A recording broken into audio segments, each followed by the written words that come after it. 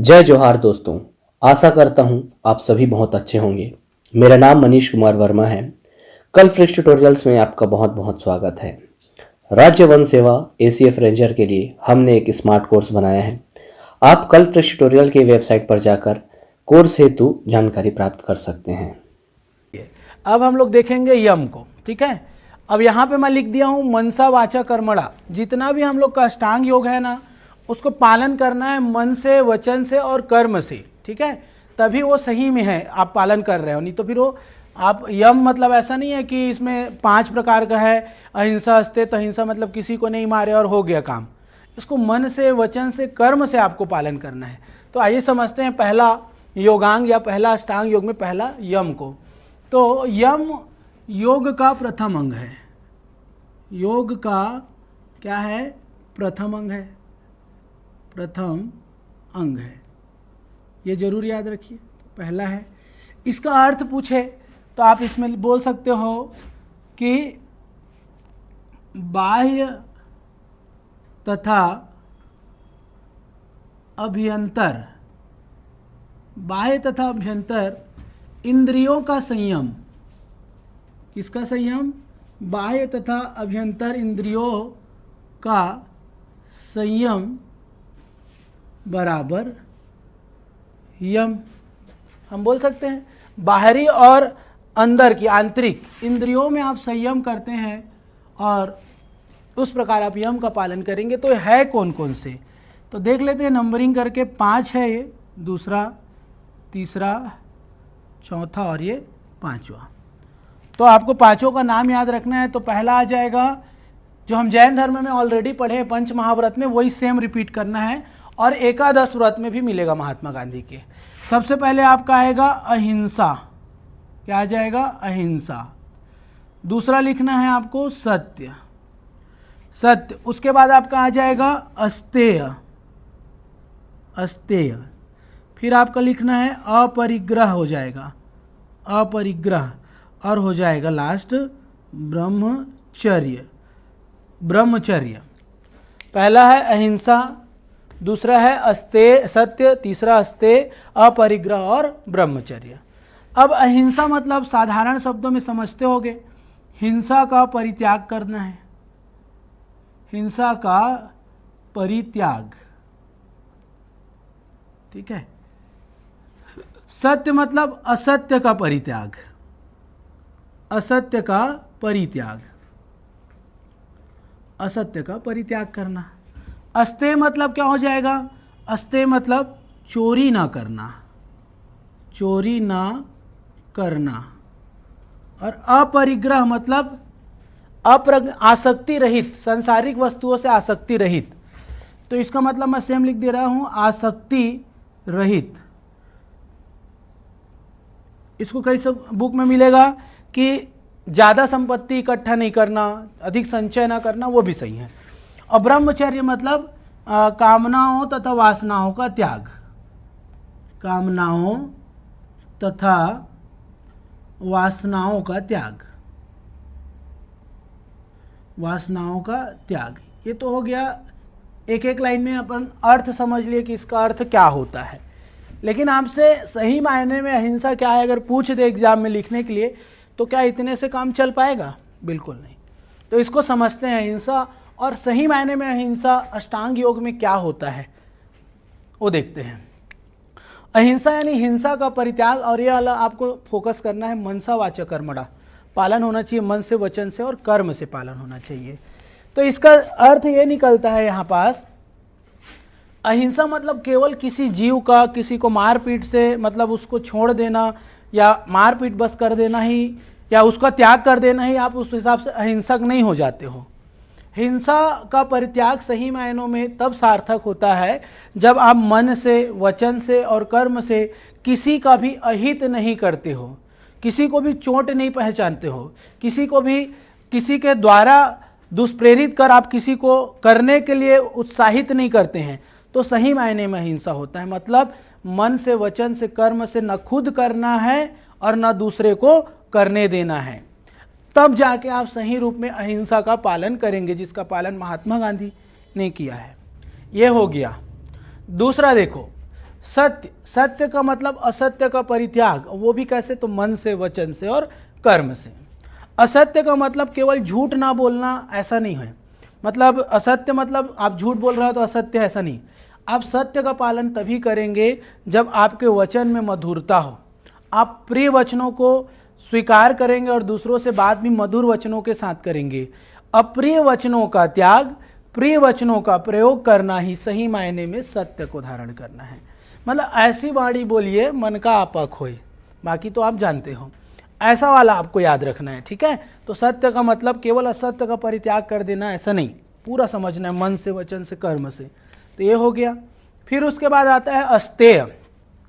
अस्तेय मतलब चोरी ना करना, दूसरे की कोई भी चीज़ को ना चुराना।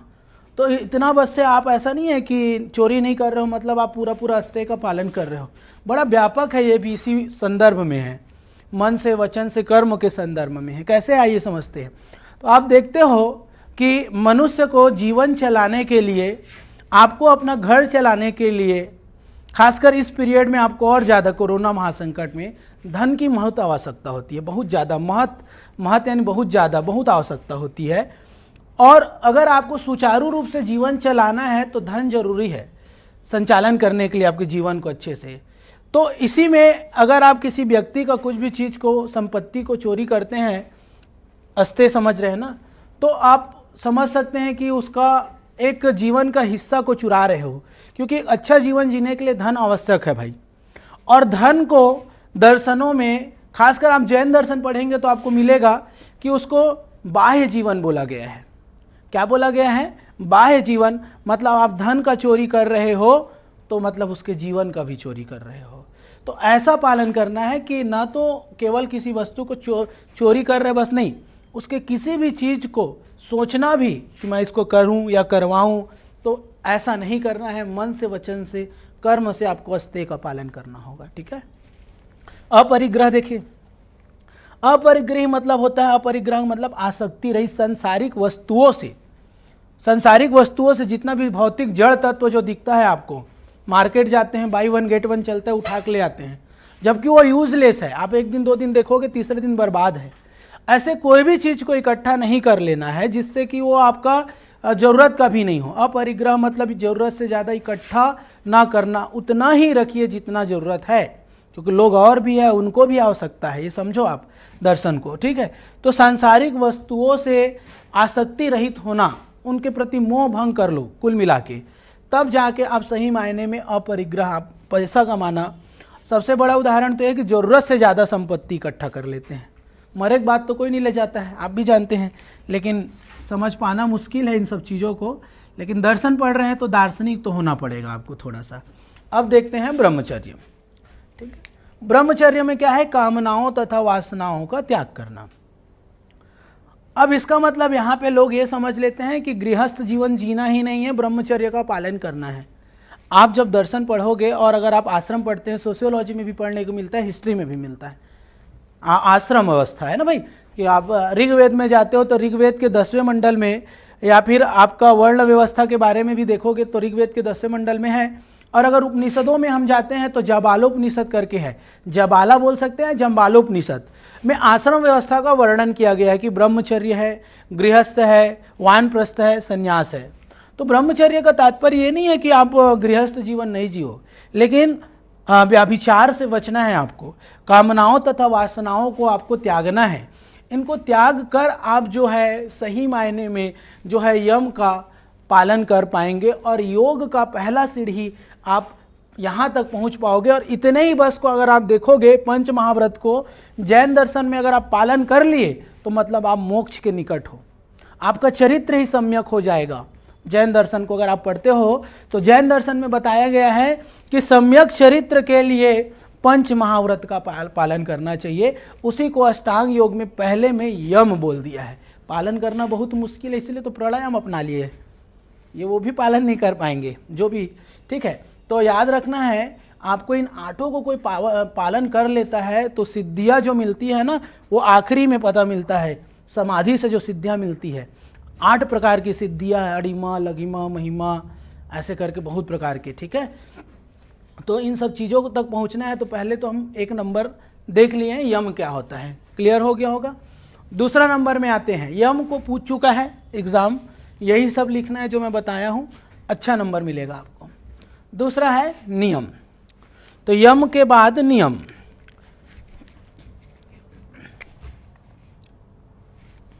तो नियम क्या है ये भी समझ लेते हैं। तो नियम में भी अगर आप देखोगे तो नियम में भी कुछ कुछ बातें इसी प्रकार के दिया गया है। केवल नियम बोलने से समझ नहीं आ जाएगा, नियम को भी 5 भागों में बांटा गया है। नियम के भी 5 प्रकार है। नियम के कौन से 5 प्रकार है उनको अब देखते हैं। तो सबसे पहले नियम जो है अष्टांग योग का दूसरा अंग है और इसका अर्थ होता है सदाचार को प्रश्रय देना। नियम का शाब्दिक अर्थ क्या होता है? सदाचार को प्रश्रय देना। ये दूसरा अंग है, सबसे पहला चीज। योग का क्या है? दूसरा अंग है। और अर्थ होता है इसका, अगर मैं बोलूं, दूसरा हम पढ़ रहे हैं, अर्थ क्या है? तो अर्थ होता है सदाचार को प्रश्रय देना।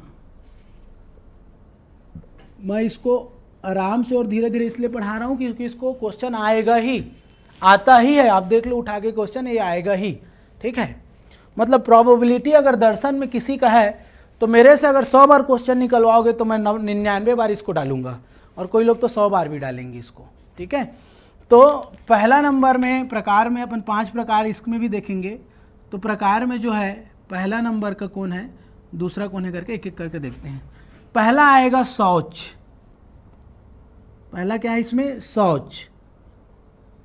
शौच है, संतोष है, स्वाध्याय है, तपस है। तो शौच के बाद अपन है संतोष। फिर तीसरा नंबर में आओगे तो आपको पता चलेगा इसके बारे में, तपस। तपस्या के सेंस में है ये तपस, ठीक है। फिर 4th नंबर में अगर आप देखोगे तो स्वाध्याय है।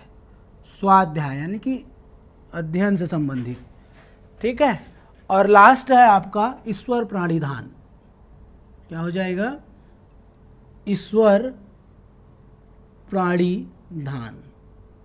इन 5 को बहुत बढ़िया से पहले तो याद कर लो। कैसे याद रख सकते हो?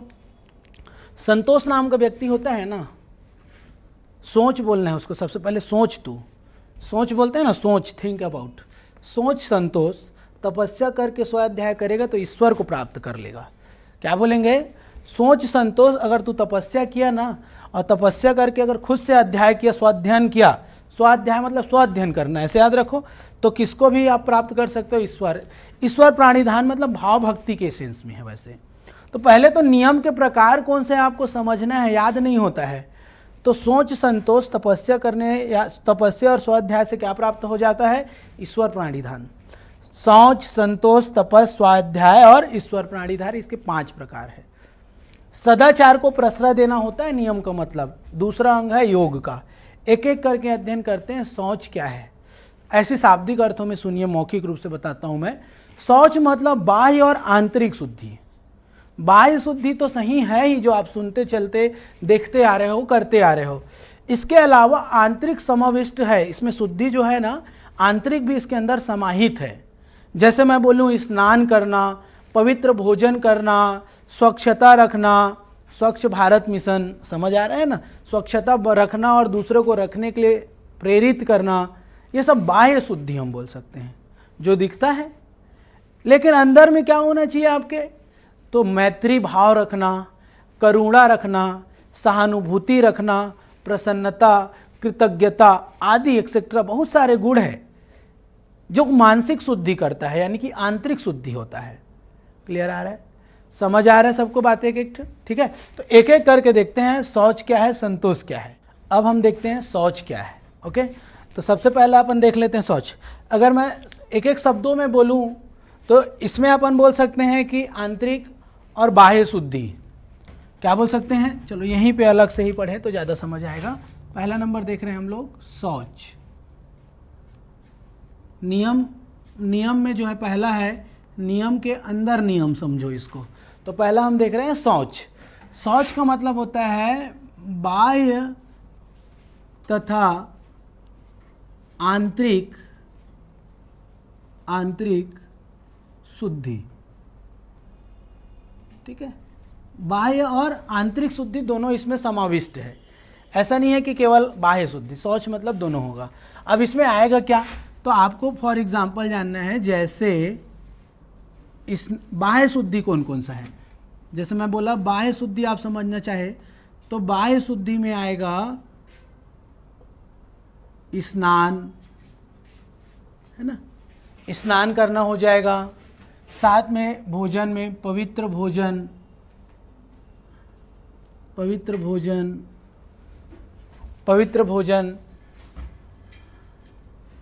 इसके अलावा आप बोल सकते हैं स्वच्छता। क्या बोल सकते हैं, स्वच्छता रखना भी है और रखवाना भी है ना। ये सब आप बोल सकते हैं, आदि और भी है बहुत सारे। ये बाह्य शुद्धि है, बाह्य शुद्धि में ये सब चीज़ आ गया। ठीक, आंतरिक शुद्धि में क्या आएगा, तो आंतरिक शुद्धि में आ जाएगा करुणा। ठीक है, आपका करुणा भाव, ठीक है, प्रसन्नता, दूसरे के प्रति सहानुभूति, है ना, सहानुभूति का भाव रखना, दया का भाव रखना बोल सकते हैं, कृतज्ञता बोल सकते हैं, कृतज्ञता आदि। ये सब किस में आ जाएगा आपका, तो ये सब के सब आपके आंतरिक शुद्धि में आ जाएगा, और दोनों आता है शौच में। तो इसको अपन ये जो है आंतरिक शुद्धि को मानसिक शुद्धि भी बोल सकते हैं। क्या बोल सकते हैं अपन, मानसिक, मन से, अंदर से, इसको मानसिक शुद्धि भी कहा जा सकता है। तो ये हो गया शौच। शौच के बाद जो दूसरा नंबर का है आपका है संतोष। तो यहीं पे देख लेते हैं दूसरा, संतोष। अब अपन देख रहे हैं संतोष। नाम से स्पष्ट है भाई, संतोष मतलब संतुष्टि, सेटिस्फाइड रहना, एकदम वही सेंस है, और कोई ज़्यादा अलग से नहीं पढ़ना है। मतलब उचित प्रयास से जो कुछ भी आपको मिले, जो कुछ भी प्राप्त हो जाए, उससे संतुष्ट रहना ही संतोष है। अलग अलग चीज़ों की इच्छा को नहीं करना, अलग अलग चीज़ों को लालच नहीं करना बोल सकते हो इसको। मतलब उचित प्रयास से सही मार्ग में चलकर जो भी आपको मिले, जो भी प्राप्त हो, उसी से आपको संतुष्ट रहना है। यही सही मायने में संतोष होता है, और कुछ भी ऐसे अनावश्यक चीज़ों की इच्छा ना करना संतोष है। एकदम साधारण लिखना है आपको, ठीक है। तो अपन बोल सकते हैं कि उचित प्रयास, क्या बोल देंगे इसमें, उचित प्रयास द्वारा जो कुछ भी प्राप्त हो, जो कुछ भी क्या हो आपको प्राप्त हो, उसी से संतुष्ट, उसी से क्या रहना, संतुष्ट रहना संतोष है। ठीक है, संतोष बहुत कॉमन नाम है छत्तीसगढ़ में, बहुत लोग संतोष, ठीक है, संतोष है। और आप इससे अधिक की इच्छा नहीं करना। कहने का तात्पर्य है अलग अलग चीजों की इच्छा ना करना, अलग अलग चीजों की इच्छा ना करना, चीजों की इच्छा ना करना, ये आपका क्या हो जाएगा भाई, संतोष हो जाएगा। नाम में ही आंसर है, संतोष यानी सेटिस्फाइड, जो मिले उसी से संतुष्ट रहिए। ठीक, ये आपका 2 हो गया। पहला हम देख लिए शौच, और दूसरा हो गया संतोष। तीसरा नंबर में आते हैं तपस है क्या। तपस यानी तपस्या, सर्दी, गर्मी, धूप, छाँव, ठंड, बरसात, कोई भी मौसम हो, उस मौसम में सहने की शक्ति, क्षमता, लगातार अगर बैठे हो तो बैठे रहने की क्षमता, खड़े हैं तो खड़े रहने की क्षमता, शारीरिक कठिनाइयों को झेल पाना। जैसे सन्यासी लोग, तपस्वी लोग, बाबा लोग, देखते हो आसन में बैठे रहते हैं। आपको बोलूँगा 1 घंटा आप पद्मासन में ही नहीं बैठ पाओगे, 1 घंटा पद्मासन में ही नहीं बैठ पाओगे, जो सरल है। तो वो जो हो जाए तो वो सही मायने में तपस्या। तपस यानी कि आप बोल सकते हो सर्दी में, ठीक है, या गर्मी में, कोई भी ऋतु हो, ठीक है, कष्ट सहने की, कष्ट सह सकने की क्षमता, कष्ट सहने की क्षमता क्या कहलाता है? तपस। चलो अलग से हम समझ लेते हैं तीसरा नंबर तपस क्या है। ऊपर में नियम चल रहा है आपका, नियम में आपका 2 हम देख लिए हैं, अब बारी है तपस की। तो तीसरा नंबर का जो इसका अंग है वो है तपस। तपस मतलब ये जो लिखा है वही रहेगा सेम। हर मौसम, कोई भी ऋतु, चाहे धूप छाव में कष्ट या कठिनाई, अब कष्ट जानबूझ के नहीं ना, कठिनाई सहने की क्षमता, सहने की क्षमता है। जैसे हम बोल सकते हैं खड़ा है तो खड़े रहना, खड़ा तो खड़े रहे, बैठे तो बैठे रहना। अब ऐसे नहीं बोल देना सोए हैं तो सोए रहना, बिल्कुल नहीं, ठीक है। खड़ा है तो खड़े रहे बहुत देर तक, बैठे हैं तो बैठे ही रह सके बहुत देर तक। मतलब हर मौसम में, चाहे वो सर्दी हो, जैसे मैं बोलूँगा ठंड में, मैं दिल्ली की सर्दी की बात नहीं करूँगा, मैं बोलूँ बिलासपुर में 30 दिसंबर के बीच में आप चले जाओ और मैं बोलूँ कि रात को 12 बजे से लेकर 6 बजे तक बाहर में खड़े रहो तो नहीं खड़े रह पाओगे, यही बिलासपुर में ही, छत्तीसगढ़ की। तो बहुत दूर की बात है, अगर मैं उधर गया नॉर्थ तरफ तो उतना नहीं सोचना है। हर मौसम में, चाहे ठंड हो, चाहे बरसात हो, चाहे गर्मी हो, लगातार बैठे रहना, लगातार खड़े रहना, ठीक है। तो नियम में अपन तपस भी देख लिए। अब नियम में क्या आ जाएगा? तो नियम में तपस तीसरा है और चौथा नंबर स्वाध्याय है। ये क्लियर है? सहने, देखो हर मौसम में, चाहे सर्दी गर्मी हो गया, कोई भी ऋतु, कष्ट सहने की जो क्षमता है, शारीरिक कठिनाइयों को झेलने की जो क्षमता है, वो तपस कहलाता है। जैसे कोई व्यक्ति खड़ा है तो खड़े रहना लगातार, बैठे हैं तो बैठे रहना लगातार। इस प्रकार जो है आपका तपस हो गया। तपस के बाद आपका स्वाध्याय एकदम साधारण है। स्वाध्याय का अर्थ है शास्त्रों का अध्ययन करना, शास्त्रों का अध्ययन करना, यहीं पे लिख देता हूं। स्वाध्याय मतलब होता है कि शास्त्रों का अध्ययन करना, शास्त्रों का अध्ययन करना, अध्ययन करना, अच्छी जो उस समय शास्त्र है, वेद है, उपनिषद है, उनका अध्ययन करना, ठीक है। पुराणों का, उपनिषदों का अध्ययन करना, क्योंकि बोला जाता है ज्ञानी पुरुष कथनों का अनुशीलन करना है। ज्ञानी पुरुष के कथनों का, ज्ञानी जो पुरुष हैं, जो भी महान विद्वान हैं, जिनके द्वारा रचित बुक है, किताबें हैं, जैसे योग दर्शन पतंजलि द्वारा, ठीक है, आपका टीका किया गया है बहुत सारे पुस्तकों पे, जैसे महाभाष्य के नाम पर इनका टीका है, ठीक है, उनको पढ़ो। स्वाध्याय है, आप अपने सिलेबस को पढ़िए, अच्छे बुक को पढ़ो। स्वाध्याय, लगातार शास्त्रों का अध्ययन करते रहना, ये आपका स्वाध्याय कहलाता है। नियम में ही आएगा ये चौथा नंबर। ईश्वर प्राणी धान, ईश्वर में प्राण लगाओ, धान करो, ईश्वर के प्रति श्रद्धा भाव रखना बहुत जरूरी है, बोला गया है। ईश्वर के प्रति श्रद्धा भाव रखना, उनके प्रति भक्ति भाव रखना योग दर्शन के नियम में बहुत अनिवार्य है, बोला गया है। क्योंकि इसी को योग दर्शन में ईश्वर के ध्यान को योग का सर्वश्रेष्ठ नियम माना गया है। योग को मतलब बोला गया है, ईश्वर प्राणी ध्यान को योग का सर्वश्रेष्ठ नियम। तो ईश्वर के प्रति श्रद्धा भाव, इनके प्रति, तो ईश्वर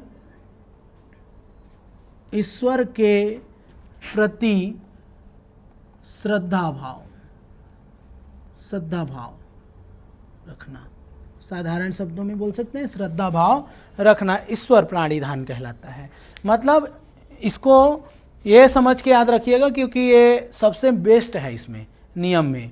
नियम जो है ईश्वर प्राणी ध्यान को बोलता है कि सभी योग दर्शन के जो नियम हैं उसमें ईश्वर प्राणी ध्यान को सर्वश्रेष्ठ विषय माना जाता है। लिख देता हूँ यहाँ पास, क्या माना जाता है इसको? सर्वश्रेष्ठ विषय। क्या माना जाता है इसको? सर्वश्रेष्ठ विषय। तो ये 2 हो गया, पहला हो गया शौच और दूसरा, पहला शौच, फिर संतोष नियम में, फिर तपस, फिर स्वाध्याय, ईश्वर प्राणी ध्यान, और 2 योगांग देख लिए, एक यम और दूसरा नियम। अगला है आपका आसन।